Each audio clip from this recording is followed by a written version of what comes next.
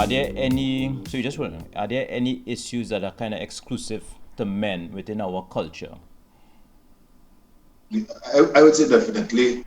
Um, Beyond culture, there's the issue of lack of support from society.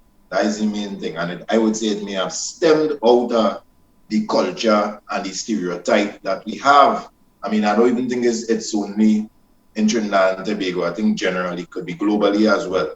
The way we've been stereotyped as men to be strong but not show strength in emotion, so to speak.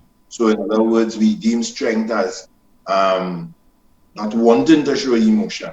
Also, I think it's the inability from the state, inability from society itself to be able to empathize with men, to be able to put things in place to support men. And I think that is then the problem that is exclusive to men. I could talk about a number of things. I could talk about infrastructure, the lack of infrastructure for men who go through issues. I could talk about the lack of social support, meaning within the framework of social relief for men. A man, we had the Fathers Association had to plunder and pull at strings to get men to start to get things like public assistance. They were deemed because they were the man and the head of the home that they, a single father who was in full care of his child and the mother possibly died or the mother imprisoned or something, could not get public assistance from the government just because of his gender, because he was male.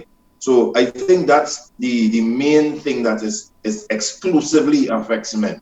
One, the lack of support when it comes to infrastructure, the lack of support, as I say, when it comes to the social networks, the social framework, or just even providing a space for men to be able to vent freely. Because most times when men vent, there's always a critical element of it. Somebody's always ready to criticize what they're saying. Some say this happens to men because men did this to themselves, or men didn't do this, and this is why this is happening to them as well. There's no real empathy from society for men. So when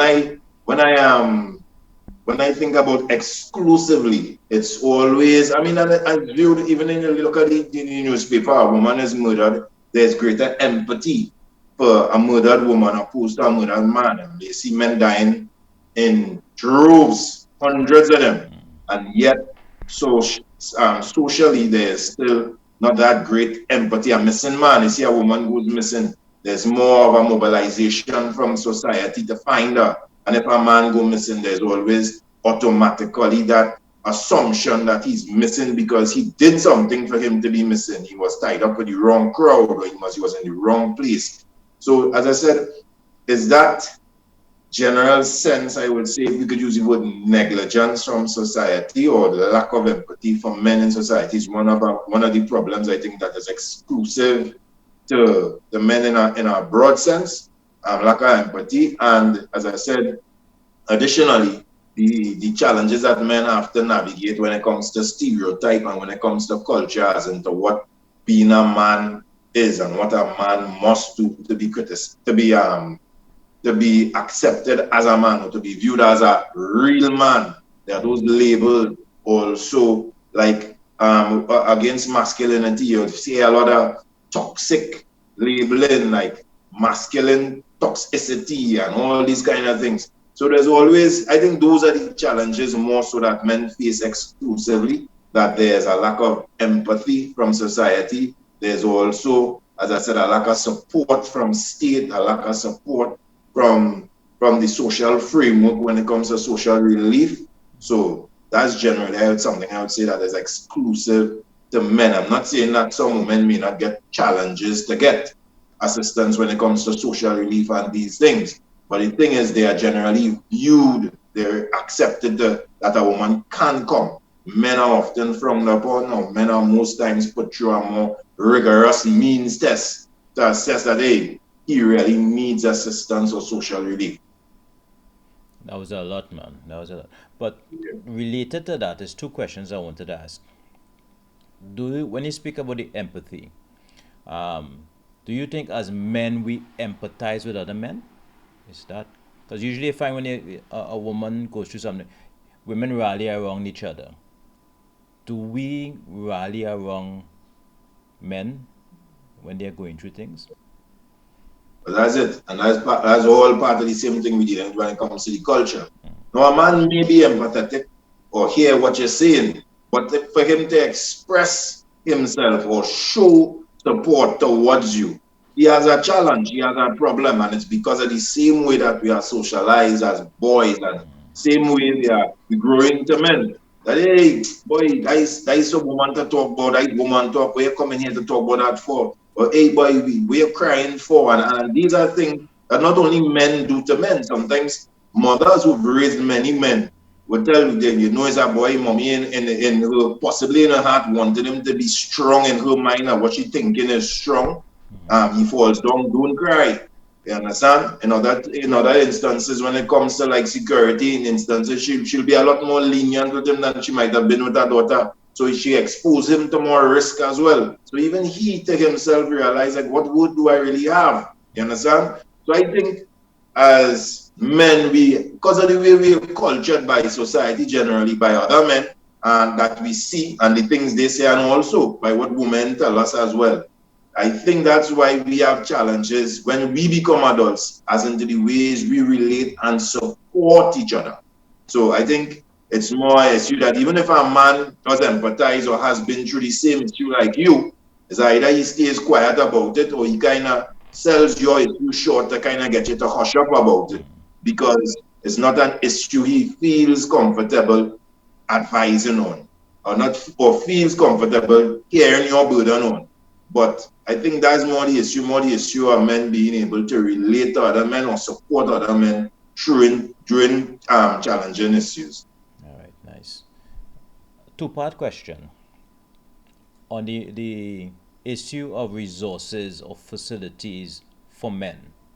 So the first part is there resources available? One, and if there um, are men in general aware of what is available for them? All right. Now, I mean, when you're talking about, I'm telling you, the places that are well resourced for men, and those are the places like the prison and places like the rehabilitation centers, like in Piparo, and those places, possibly Alcoholic Anonymous, and these institutions and their places that some NGOs have for men, but it's most of the time for rehabilitative work. It's not a place where men could go for possibly counsel or guidance to get things off their chest, to get some co-parenting advice all the time, or to get just, I mean, family counsel generally, you're going to issue with domestic issues, intimate partner issues. Where do you go? You don't want to go and speak to somebody who you think might give you bad advice. There are places that you could go, but those places are places that you have to pay. There are NGOs that can assist, like our NGOs as well, but then there are NGOs that are not funded by state, and there are NGOs that can't take on everybody as well. So when you're talking about state facility, there's only one that I can think of that has come into fruition. I can't say how well it's been functioning thus far, but I know there are some active groups that have been utilizing the space. It's called the Blue Room. It was opened, I think, about 2 years ago on an International Men's Day too as well. I was there for the opening. And it's actually in Tobago. It isn't in Trinidad. It's the old Tobagonian Hospital up on the hill there. Their chief secretary at the point in time, the past chief secretary, they would have opened that blue room for men to go and do exactly what I'm speaking about. At that same blue room, even our association was able to take a young man to reunite. He's a Trinidadian young man. He didn't see his father for 10 years. And we reunited them at that room. His father was a Tobagonian. His mom allowed me to take him from Trinidad and carry him there. So we don't have spaces like that in Trinidad. We don't have shelters for men when they're put on the street. When men are put on the street, we often, many times, we took them off of places like the promenade, or sometimes they go in the hospital to sleep. And many times they're there with their children, and their children going to stay on the promenade with them. They don't want to be separated from them. Because when you call the homes, you could ask the TTPS, because they often call us as well. When they call the homes, they don't accept the men, they will take the children.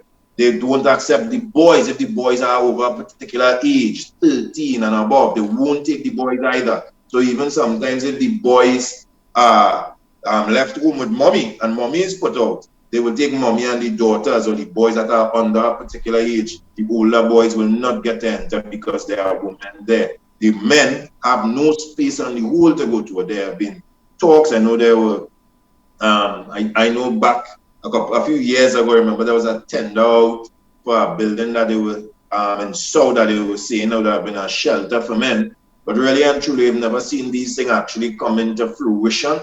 And this is why a lot of men will tell you the shelter for battered men is the bar. So when they go into, when they need to speak and they need to vent, they go to the bars to do so, and that's not always the best place to do that because you're talking about intoxication, alcohol. You're not sure to get the best advice there. So there is a lack in space.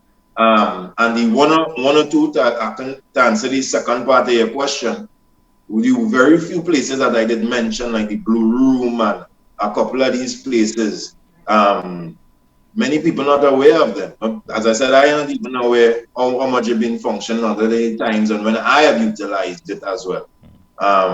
So it's very far and few, and the information and the sensitization of the public, particularly the male public, as into places they can go, is very limited. So I realize what men do. Most men come to us at the Fathers Association because we are the group that they see out in the forefront. Not that we even have a space ourselves either, but because they see us speaking, they find a space, even though it's not an infrastructural space, it's a space in society. At least they could get a phone call, at least they might get a Zoom interview, at least they could get a personal space where you could speak. Because the space sometimes doesn't always have to be an infrastructure where people go and sit. In this COVID time, a lot of those infrastructural spaces aren't being utilized anyhow. We're using technology to do these things.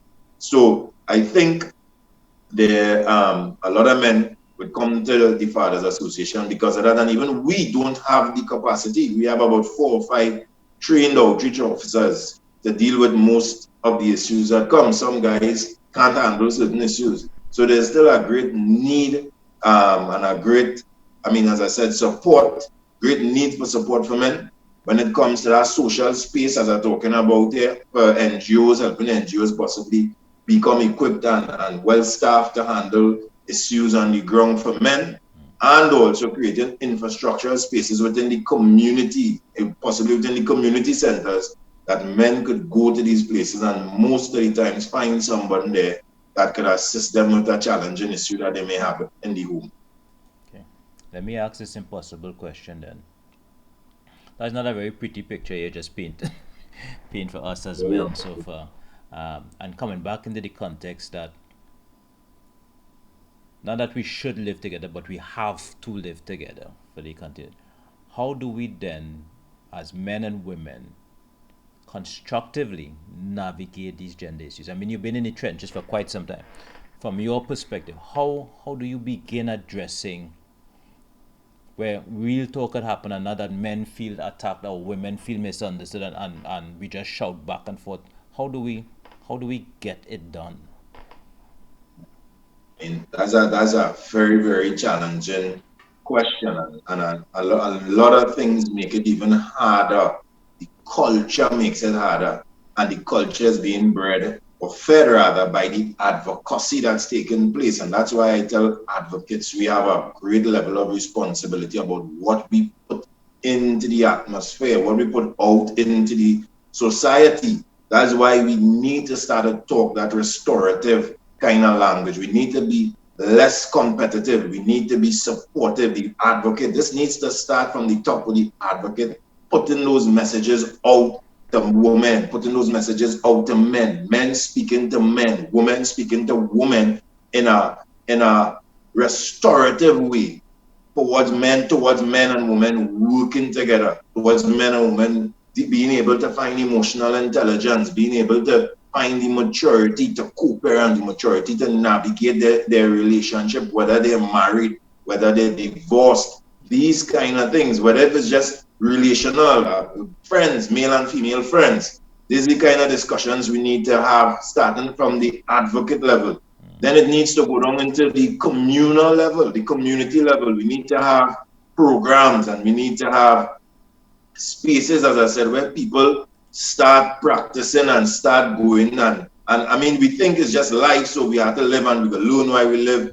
But we need to really start to learn to live too. It may sound like, hey, we live in anyhow, as you said, but long and short of these stories, sometimes going out, having these sessions accessible to young couples, having it accessible just to young children in school, how boys must relate with girls, how girls must relate with boys, so that the rhetoric isn't one direction all the time, so that both boys and girls understand each other and how to relate and communicate with each other. You need to get something within the schools. You need to get something within the communities. This is what needs to be done for us to really see an impact and a change. Also, the another thing, another part of the advocacy is coming from the advocacy, yes, generally, but then the sensitization also comes from the messaging we have in the media as well. What type of messages do we send in the media? There's some ads that are very, very toxic, very toxic.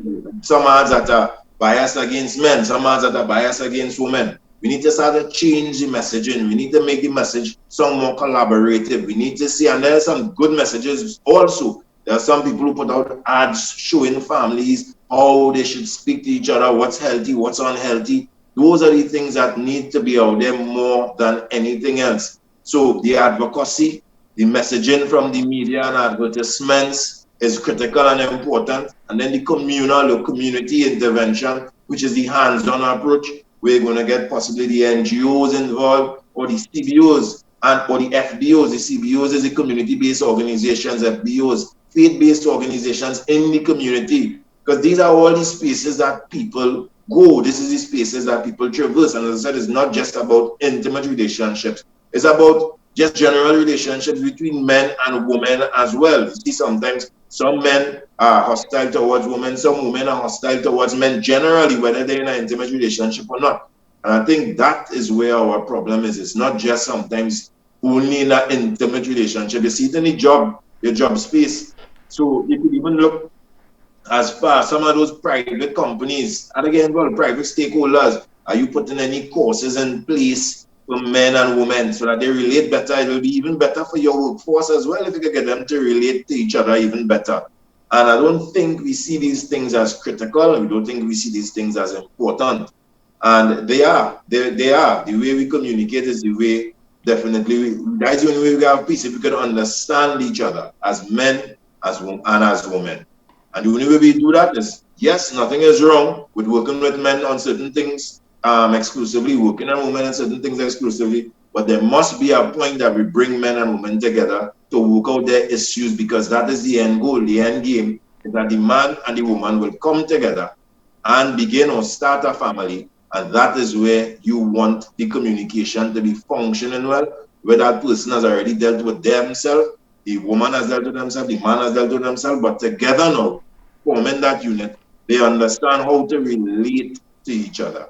I think therein lies a lot of our problems, because we don't show concern for it. There's no investment from state concerning these things, because I mean, it possibly to them, they don't see the value of our human resource having healthy minds. They may think oil and gas revenue is the best thing, but they don't understand the benefit of our human resource being able to function and I mean, relate with each other better. And unless we start seeing that concern from on top, and we start seeing the advocacy change right underneath by the advocates and by the sensitization of the media, the masses, and the advertisement, um, then we're going to be faced with challenges. That's deep, man. That's deep. Related question. I asked one of my interviewees the question of whether there are gender specific rules. It was a younger man. And he kind of gave me the answer that these things are constantly changing. And I'm not talking about responsibility, I'm talking about rules. Because Right. our responsibility from home to home might change. In some homes, the cooking might be the responsibility of the wife, and the next home that might be the responsibility of the husband. Understand? So I'm not talking about responsibility specifically. Those things change based on the dynamics. But talking about the role, because if we are to grow young boys into men, then obviously there's something different between a man and masculinity and a female and her femininity. So question is, is there really gender specific roles in your perception? I think for some, yes. I think so. I think particularly with a man and a woman, I think, and I think you could see that all the time. If a bandit run in the house, is automatic. And I don't think that has to do with who decides who responsibility it is to go. It is automatic and embedded in maleness that you will raise.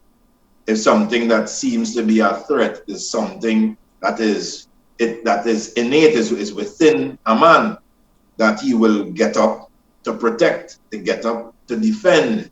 And I don't think he even has to be taught to do that. You would see that even with young boys who've never grown with their father. But from the time they are served the age of teenage or they become bigger in size than their mother, they will take on that protective role even of their mothers. So it's it's innate, I would say, that men have some rules that naturally that they respond to. Men have some, mothers may have some as well. I'm not saying that a man cannot nurture, a man cannot comfort, but there are some things that, I mean, naturally, women are, it's part of them. It's just what they do better than men. And so I believe there are rules for men, there are rules for women, and it's based on their natural build up. It's based on, as I said, it's not even, it doesn't even have to be viewed or taught to them to do so, but naturally, it's, I mean, it's innate. It just comes out of you to be that particular way. So definitely, I believe there are some roles. As I said, I believe there are more responsibilities where they could sometimes fluctuate. Wife could do this, husband could do that. But when it comes to roles, as you made that distinction yourself, there are some things that naturally um, men will automatically assume and women will automatically assume as well. Okay. So, two-part question. Um, One, how we could break the perception of absentee fathers, because there's that perception. So you had hear the expression deadbeat dads, um, missing fathers, all these different things. How do we break that perception? One, and tied in very close to that, how valuable is the role of the father to the child? Right? To break that perception, you must have the support of women. To break that perception of deadbeat father, you must have the support of women in a number of ways. You must have the you must have the woman understanding the value of the father. Um, you must have them encouraging the relationship with the father, always willing to be supportive of the relationship with the father, being involved in the child's life. And I mean, the narrative where the woman views the father beyond financial provision.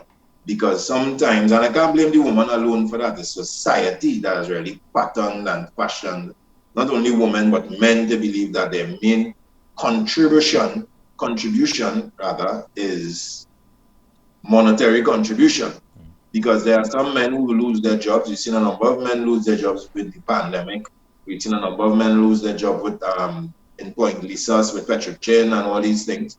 But does that mean they can't be good fathers? Does not mean that they can't still give the emotional support or the physical support, going out with the children when they have certain things to do. There are many other ways that men are willing to support their children. Fathers can support their children. If a father loses his job and he's still married, in the marital home, he doesn't lose the value that the children have for him. They still have the same value and respect for him as father.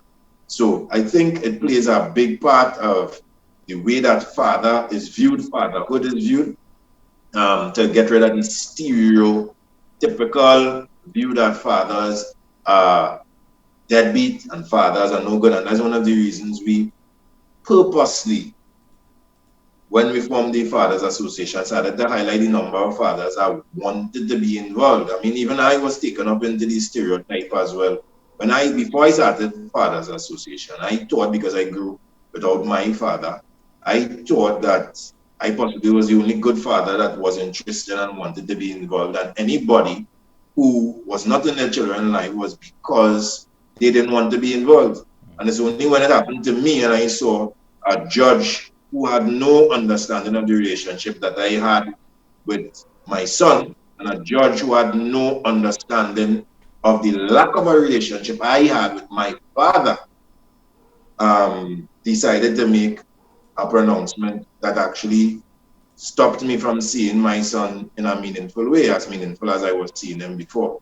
And then I realized that it was not just that, it wasn't just up to men to improve fatherhood. It was up to everybody. It was up to the judicial system. It was up to society. It was up to the mother. It was up to everybody to play their part for fatherhood to really have meaningful impact in a society. For fatherhood to do so, we need to stop treating fathers like if they are second-class citizens. People would tell fathers they're babysitting the children if they have their children with them, those kind of things. I mean, a father can't babysit, a father parents just as much as a mother parents as well. And you continue telling fathers they're babysitting. Some men who understand that they're not babysitting will say, no, no, no, I'm parenting. But another man who just has the child that day will say, yeah, I must be babysitting. This is not my role to take care of my Yeah. child. This is not my role to push my child around the savannah. This is not my role to do certain things. And they will say the thing. And that's why you say the distinction of role and responsibility comes in very well in what I was speaking about here. So I think particularly for the improvement of the perception of fatherhood, everybody has a part to play. Everybody has a part. Nice. And so just to touch on another part, the value of the father in a child. Sometimes we overlook that. I mean, Right. you Well, touch on it a bit where the perception is that as men we are really just our contribution, our main contribution is just that right. financial part. Make sure you have your books, make sure you have food and but how Now the thing is, sorry, mm, go ahead. yeah, no, no, no. The thing is, you understand how valuable a father is based on his relationship with the child. The way, not even the relationship with the child, the way the child views the father. The child, 90% of the time, is not ever aware of the financial contribution of the father unless he's made aware or she's made aware.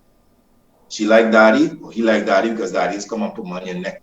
Daddy's go cricket with me. Daddy's play football with me. Daddy always here. Daddy always in a PTA. Daddy always making time to be with me. Daddy. That is what a child complains about. You know, a child will complain about if daddy not there or daddy in work, daddy never home, daddy not. That is what you'll hear the child complain about. When it comes to things like material things or monetary things, most of the time, you won't see the child complaining about that. So the value of a father, and it's something that I learned vicariously through my sons because I didn't have my father directly involved in my life. And I learned that vicariously through what I meant to them because I would be there at everything, because I would make myself available to them, because I would share my experiences to them and the way I see them respond to me and the conversations I had with them. It would make me wonder as myself, as a man who didn't grow up with that, as into the way I wonder how they view me. But there were things that I myself would have seen my value. Half of the times, whatever I've been able to purchase for my sons or places I've been able to carry them hasn't really shown me how much I mean to them. You know. I'll give you a particular example. I carry my sons to cricket, and they have played with Harvard club since they was about 3, 4 coming up, small. And I would see something in them.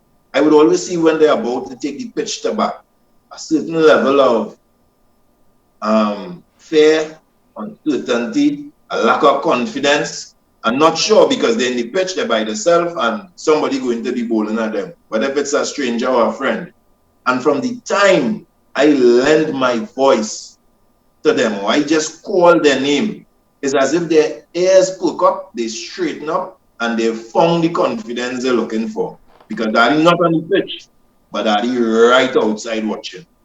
And to me, that was the greatest thing. And I could have never sent somebody to carry them to play cricket. I had to be there every day since I noticed the value and the impact of my presence in their life. And I think that is what we underscore. We underscore the value of the presence of the father. And I'll use an example. There are a lot of videos circulating on social media. Many of those fathers who were incarcerated coming out and surprising their children. And you would always see the heavy emotion coming from the children. You would always see tears. And I want you to pay keen attention the next time you look at one, particularly of the oldest male, the oldest son. I paid particular attention to that because it's for the first time he's felt like a child when that father comes back into that familial space. All the burdens of protecting everybody else, the burdens of providing everybody else, is as if it's lifted off of his shoulders, it's lifted off of his off of his back. He can be a child again. So the value of just the presence of the father. And I'll give you one other example. I spoke to a young man, and his mother and his father had the perfect co-parental relationship. No issue at all. Never had to go to court. And when he became a teenager, he told his mother that he wanted to go and live with his father. Right? And I asked, she didn't have a problem. She allowed him to go. But I had asked him, I said, why you chose to go and live with your father opposed to your mother? He said, I love my mother, I know. He said, but I decided to live with my father because when I lived with him, I felt like a child. He said, as a teenager living with his mother, he had to be the one that stood up if a rat come in the house, if a cockroach fly, if a frog come in the house, if a bandit, anything. So he always slept on edge, knowing that if something happened, he as a 14, 15-year-old had that responsibility that he put upon himself, not even his mother put it on him, to protect his mother, his sister, or anybody else that's in the house. But he said when he lived with his father, he could sleep better at night, knowing that his father would have been the one to rise to the call first. And if anything, he would be there not more but to support his father in defending or protecting anybody else with. Nice, man. Nice. So, arguments, misunderstandings normally happen when I don't understand your background or your point of view and vice versa, and that's how it happens. Do you think that there are issues exclusive to women that as men we don't understand or we don't pay enough attention to that could kind of contribute to the the mess that we have today? Of course, plenty of them. I mean, we're not women ourselves. And the thing is, even though women raised us, many of us men, they didn't share those things with us. They didn't tell us about those things. They tried their best to make the best men out of us. Things they may have heard other men say, or things, as I said, just as was stereotypical. Boys don't cry, get up, be strong, you can have a family just now. They told us to love your wife, love your children. They didn't tell us to love ourselves. So I mean, a lot of the messages won't translate it to us, even though we were raised by women sometimes as well. I mean, we may have learned certain things from observation, things we would have seen, possibly if we grew up with our mothers being abused. We tell ourselves, hey, we ain't go do no woman that. Or we grew up seeing our mothers going through a particular thing, and we ourselves had to learn these things. Even things when it came to, I mean, your sexuality, your sexual being. These were things that the older generation didn't really have conversations with the children about. So your mothers couldn't teach you as a boy about your sexual self, more or less to even tell you about herself or tell you about what a woman goes through as well. So, I mean, and these are the conversations that the average mother had with their sons to explain to us, well, all right, women can be emotional. They didn't even tell us about some women having becoming more emotional during pregnancy. Those are things that we heard along the way. Those are things that we learned on television. We learned sometimes when we are already in the experience. We got that knowledge experiential. Those experience, we gained that through our experience. So I mean, it is challenging, particularly I'd say for the generation that is here right now. But I think because of the things we were not taught and because of the challenges that we do go through, that if we make a conscious effort, and it's challenging, it's hard for every man and woman. And we have to be honest with that. It's hard for men to understand women. Sometimes it's hard for women, to understand men. Sorry, and it's even worse because the rhetoric out there, the cliches out there about independent women and the cliches out there about this man ain't good and this woman ain't good, this type of woman ain't good. It's not easy. So it's a challenging issue that we have as a society, and we all try to navigate it, but it really needs intervention from, I mean, people who may have that experience, who may have that training, who may have that professionalism, that at least start putting the right messages out in the atmosphere, in the space, the social space, because they can't counsel everybody. You're not going to be able to get everybody to counsel them. But if we start saying the right things and start having the hard discussions, and that is what we avoid, the hard, the difficult and challenging discussions that we don't want to bring up this and we don't want to bring up that, that is when we will start to clear the air between men and women. And most of the time, that was lead to the problems. We not wanting to have difficult discussions because it's too much drama, it's too much pressure on the mind at that point in time. And I think that's where the work needs to begin. A level of introspection from men, introspection from women, and then trying to come together and see as best as they can navigate it. Because we have to do something within our generation. The definitely culture the generation under us. We can't have them coming up the same way we were brought up at all. Right, nice. You can answer my next question as to what could be done to improve gender relations. So just two more questions. How do you think, as a country, which you kind of touched on in the body earlier, but how do you think as a country we are dealing with the gender issue or discussion? How far along are we? But honestly, I think we far away from the goal, very very far, because we still going into the that exclusive or that division. We still trying to separate. We still looking to go away in different directions, and it's as if the advocacy and it's as if the rhetoric continues to go in that direction, no matter the few that continue to say we need to be coming together instead of going apart. Because there are some people who call themselves academically trained that will tell you they believe that if men and women even go to school together, that women will be disadvantaged. Those are things that I have heard from people that we have given doctorates that believe that if co-ed school is a disadvantage to society, a disadvantage to women, and I strongly disagree. I went to a co-ed secondary school and the girls always did better academically than the boys.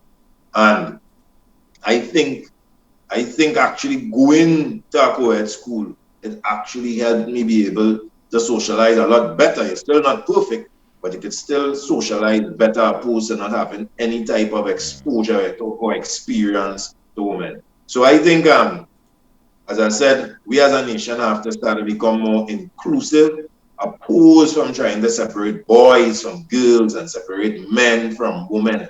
As I said, yes, we're going to have very few exclusive issues that we need to deal with. But most of our issues are very similar, it's human issues. Most of our issues, most of our emotions, most of our feelings are very, very similar. And it's because we say one belongs to one gender and one belongs to the other. That's why we don't treat it even within ourselves sometimes. Because we don't believe it's an emotion we're supposed to have if we have it. So I think it's about becoming more inclusive. It's about, as I said, the rhetoric of the advocacy and the people for themselves waking up. Because I mean, you can't just continue to listen to advocacy and disagree with it and say nothing. Because there are a number of people on the ground that don't agree with the advocacy, but just don't say anything. And I think it's something that we need to deal with from an individual level and then possibly collectively. Individually, you need to know that hey, we need to work this thing together as man and woman? Or am I relating to the woman in my life, my sister, my wife, my aunt, my mother, these kind of things? Women need to do it with men as well, how they relating to their father, their brother, their husband, because most of these relationships, if they're not healthy with other males, it may not be healthy with your spouse. If it's not healthy with other females, it may not be healthy with your wife. And so you start at the individual level, and then you go out to even bigger level, a community level. What's your relationship with the girls in the area, with the boys in the area, with the men on work, with the women on work, healthy, unhealthy? And I think that is the direction we need to really start looking at, getting men and women back on track. Because neither of us going anywhere, you know. Men not going anywhere and leave women alone, and women not going anywhere to leave men alone in any space, in any place on this planet. All right. So thanks a lot. So in closing now, in the context of the theme for International Men's Day, which is improving relations between men and women, is there anything that you want to add that we may not have touched on in closing? I mean, generally, I would just say, I mean, it's more or less the same thing that I've been saying all the time.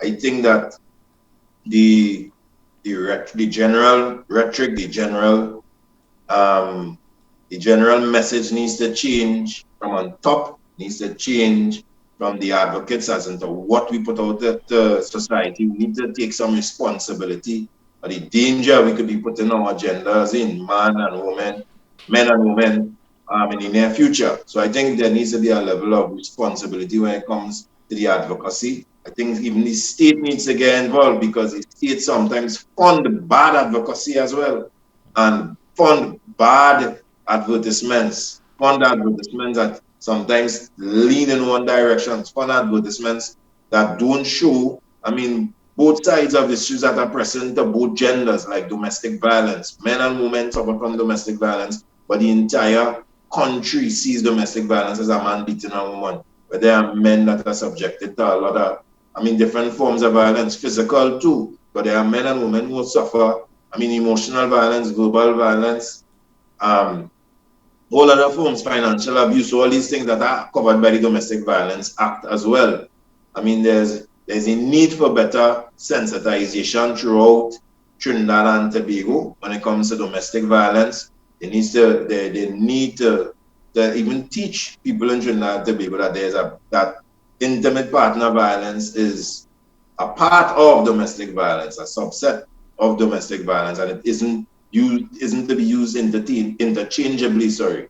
So that is the main thing. I mean, proper sensitization from the advocates, and the state taking some responsibility, and looking at the messages, by that some of the messages that they actually funding, because many of the advocates that may be putting out slurred messages are actually funded by state to do so. So I think places like the Office of the Prime Minister, places like Ministry of Social Development, I think a lot of even international groups like UNICEF and the United Nations, and all these people who funding these things within our country need to be very responsible with the messaging that they're putting within our society, because that messaging is what is actually culturing our next generation. Rhondall Feeles. That was That's a my man. lot, boy. That was heavy. That was heavy. Exactly. And very much eye opening. So I want to thank you for making the time.